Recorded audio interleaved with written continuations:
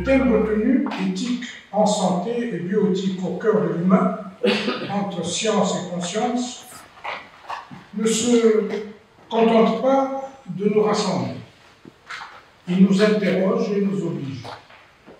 La question est cardinale: comment conjuguer la puissance du progrès scientifique et la fragilité de la condition humaine? Ces journées Maroc-France, France-Maroc, d'abord elles sont remarquablement organisées et elles sont consacrées essentiellement à l'éthique en santé, la bioéthique, qui est évidemment un sujet extraordinairement vaste, qui va de la naissance à la mort, tous les problèmes éthiques que cela suppose.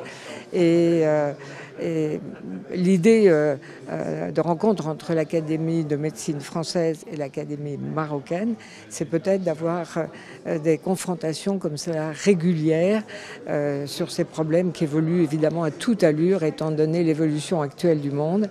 Les problèmes éthiques ne doivent pas être oubliés, que ce soit d'ailleurs dans le domaine de la santé ou dans des domaines plus généraux.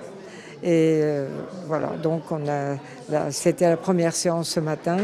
Je crois que ça a très très bien démarré avec non seulement les présentations d'ouverture qui sont habituelles en pareilles circonstances, mais surtout avec les présentations du professeur Ali Ben Mahlouf d'un côté et de l'autre côté de Jean-François Delfraissy, professeur qui préside le comité français national d'éthique. L'Académie de médecine que je représente partiellement puisque je suis secrétaire adjoint est vraiment très heureuse de collaborer avec l'Académie royale du Maroc sur un sujet capital qui est l'éthique en médecine.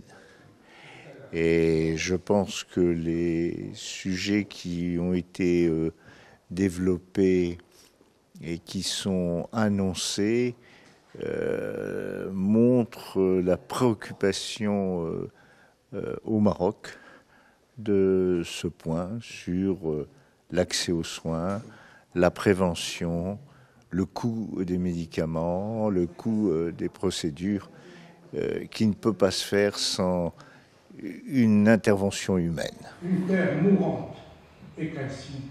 Je vous remercie. ما تنساش تشترك في القناة وتفعل الجرس باش يوصلك جديد الفيديوهات من هسبريس.